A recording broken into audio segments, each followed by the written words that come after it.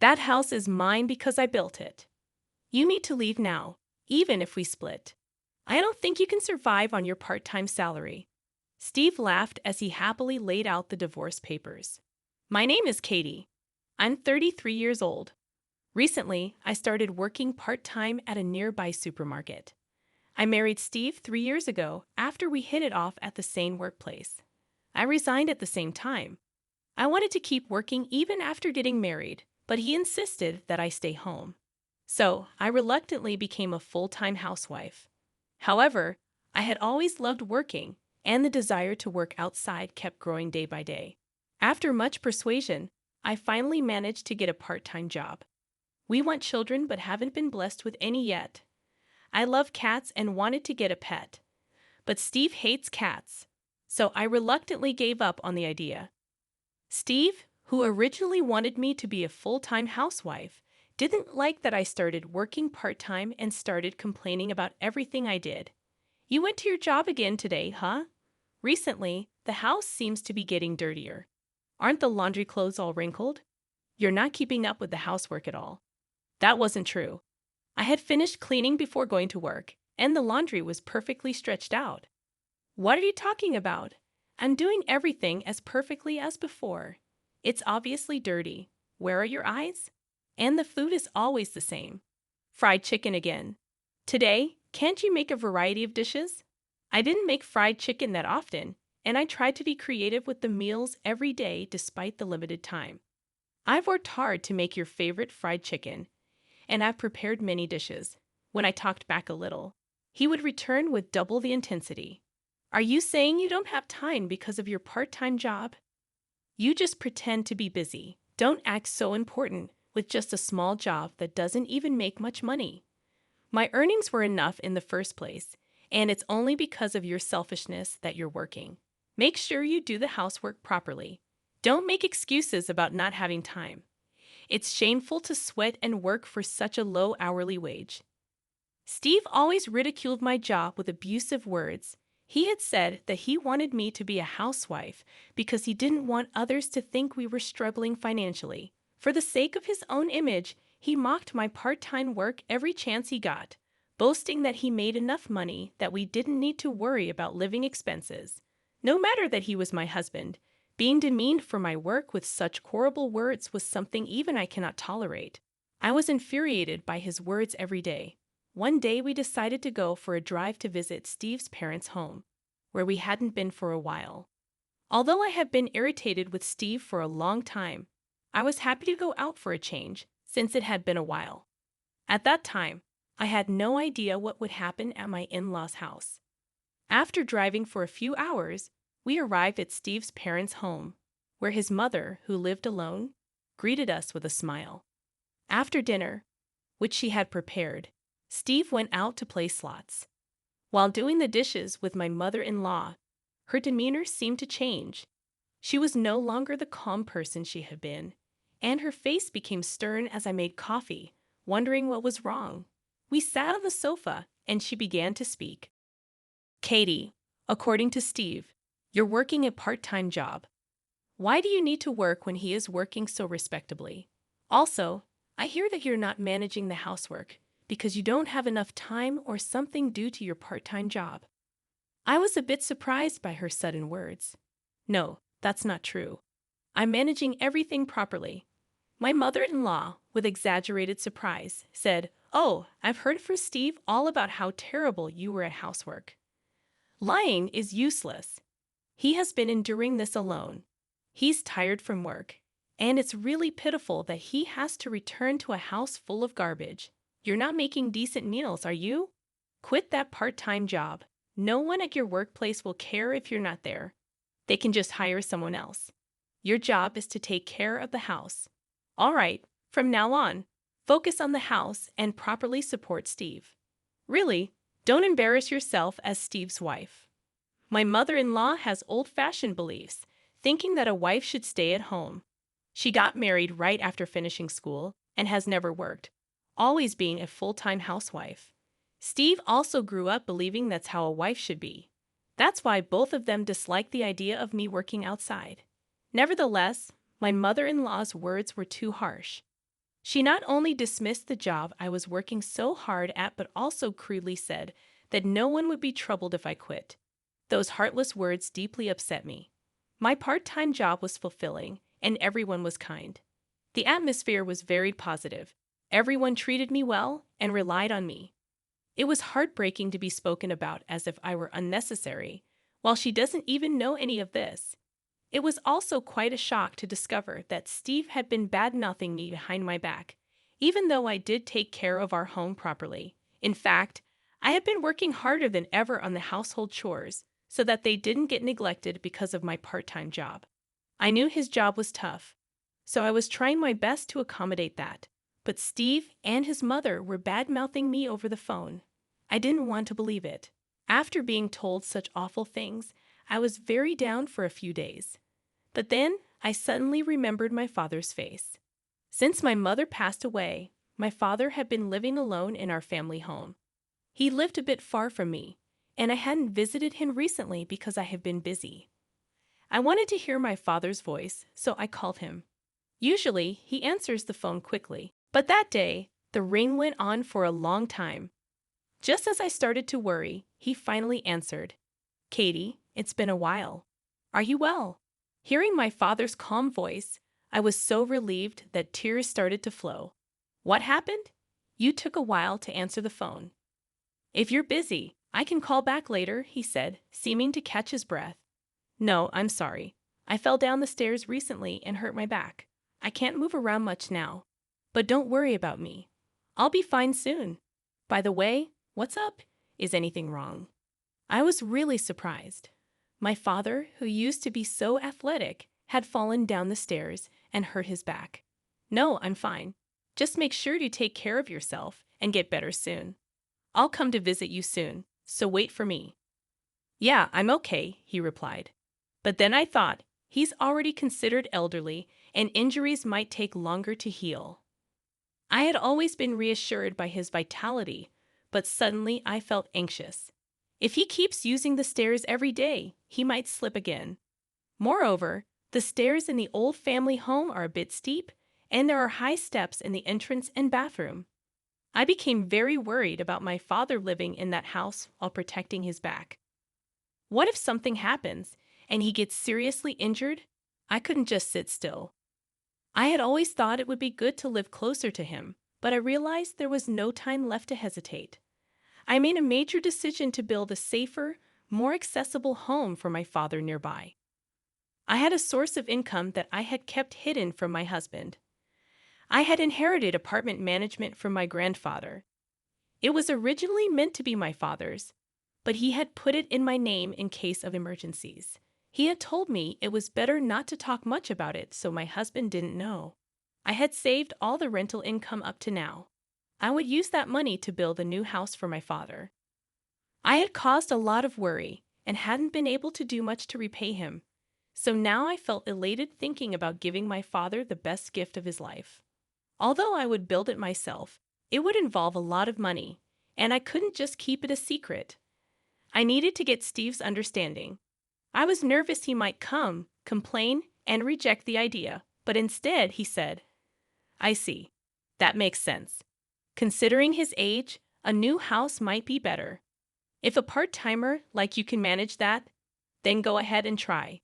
Just don't come crying to me if you can't do it." He insulted me again, which infuriated me. But arguing would only complicate things further, so I decided to hold back and not retort this time. This made things easier for me. I immediately started looking for a good contractor and moved forward with the process. It seemed that Steve was not pleased with the idea of me actually building the house. He didn't voice any complaints, so I tried not to mind it. But he was not usually the type to stay quiet. One day, I was shocked when I went to the bank to withdraw money for groceries. Our living expenses had been reduced by $3,000, withdrawn all at once. I had no recollection of spending such a large amount of money. There could only be one person who could have done this. That night, I confronted him. "When I went to the bank today, I found that $3,000 had been withdrawn from our living expenses. Do you know anything about this?" Steve arrogantly replied, "I gave it to my mother." You said you were going to build a house, so you must have been saving up somewhere, right? $3,000 isn't a big deal. I couldn't believe my ears. Why do you have to give her money? Your mother isn't exactly broke, is she? Besides, that's our living expense. It's too selfish to give away such a large sum without even asking me. He snapped back. What do you know about my mother? She said she was struggling. What's wrong with a son helping his mother? Besides, that money was earned by me. How I use it is none of your business. If it bothers you, try earning as much as I do with your part-time job.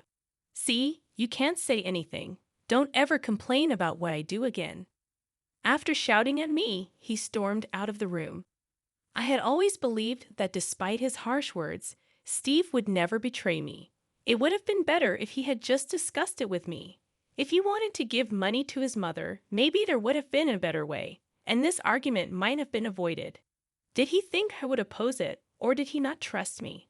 Instead of our marriage bringing us closer, it felt like our hearts were drifting apart. Steve didn't seem to think there was anything wrong with using the money without consent, and the next day, he acted as if nothing had happened and went to work after breakfast. I didn't say more because I didn't want another argument, but I couldn't shake off my uneasy feeling. Meanwhile, the new house was finally completed. Despite the hustle, the kind construction company provided lots of support, and I managed to build a beautiful house. I had asked my father to pack up some of his things but not overexert himself, and I arranged for movers to handle everything for him. With just 2 weeks left until moving day, I was overflowing with joy at the thought of doing something filial for my father in the house I had built. On the day, I planned to help my father unpack in the new house along with Steve. When I tried to discuss the arrangements for the day, Steve said something unbelievable. Hey, that house isn't for your father. It's going to be for my mother. I have the right to decide who lives in the house I built, so it's going to be my mother who lives there. I couldn't understand what he was saying. In a panic, I responded, I built that house. It's for my father to live in. There's no way a part-timer like you could build a house. It's my money that built it, so don't get cocky. It seems he truly believed that it was his money that built the house.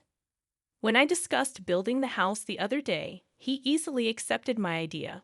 Was it because he planned from the start to make it for his mother, not my father? That's a terrible way to do things.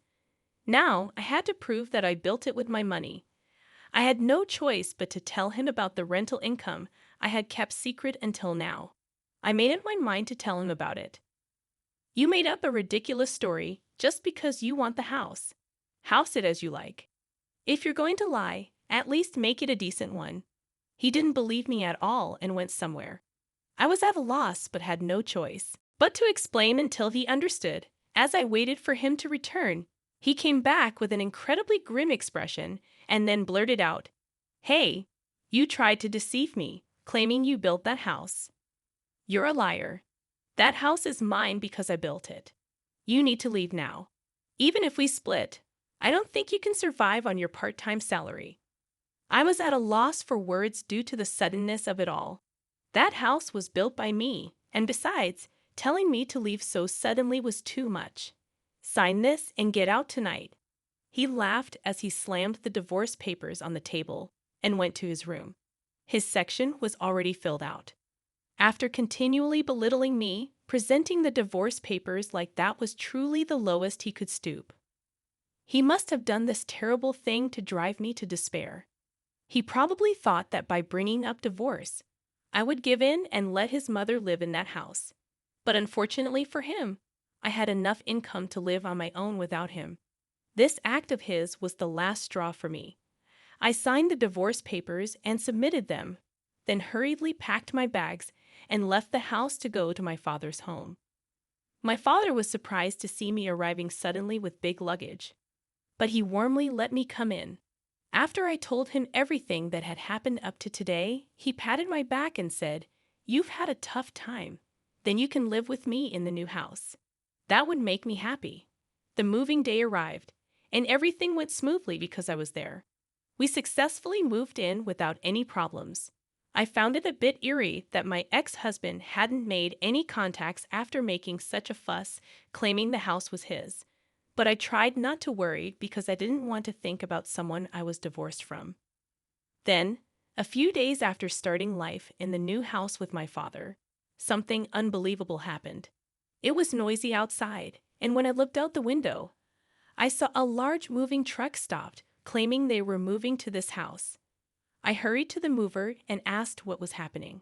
It turned out the customer was actually my ex-husband, and he would soon arrive with his mother to move in. They planned to forcibly move into this house, where my father and I were already living. Since we were divorced, he was a complete stranger, and it would be troublesome if they just showed up. Feeling a creepy kind of fear about my ex-husband's forceful intentions, I explained the situation to the confused movers and asked them to stop their work. Then I discussed it with him. My father and I hurriedly called the police. When I explained everything to them, they confirmed that the house was my property, and since my ex-husband and I were divorced, he had no rights to live here. Merely entering against my will could be considered trespassing. Then my ex-husband and his mother arrived nonchalantly. Seeing the police, they started panicking. At that moment, he finally understood that I was the one who built the house. However, with his mother panicking beside him and being bombarded with questions by the police, he had already lost his composure and shouted, "What is this? Why can't I live in this house?"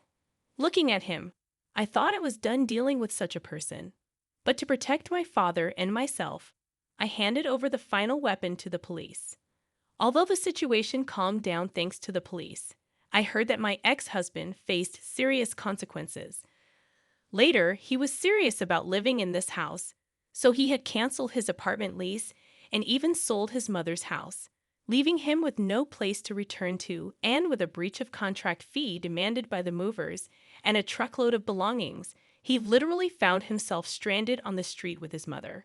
The final weapon I handed to the police was the evidence of the verbal abuse, essentially domestic violence, that my husband had subjected me to. Having been unable to endure my husband's abusive language any longer, I had thought of getting back at him someday and had installed surveillance cameras to record everything. The footage showed me diligently doing housework and my husband constantly spouting unreasonable abuse. Using this footage, I managed to further corner my ex-husband. I hired a lawyer and sued him and was able to extract a settlement from him. The expenses from the moving chaos and the settlement I received from him depleted the money he got from selling his mother's house and his own savings. Now he and his mother are reportedly living in a rundown apartment. Word of this spread quickly at his workplace. Realizing there was something wrong with his character, his colleagues distanced themselves, and now he is isolated and frowned upon by everyone at the company. As for me, I finally got to own a cat. My father's back has completely healed, and we're discussing taking a trip with the cat. I'd also used the settlement money to open a shop dealing with cat goods. It was challenging at first, and there were failures, but gradually customers increased, and the business is doing well. Every day is peaceful and truly enjoyable. I never thought that the action I took for my father's sake would lead to my own happiness. I truly feel that it was the right decision. Recently, there has been a happy development. A man who always comes to my shop and chats pleasantly has been particularly kind to both people and cats. We've made plans to go for a drive together. I'm going to live my life freely and enjoyably. I'm excited about the new happiness that's about to begin.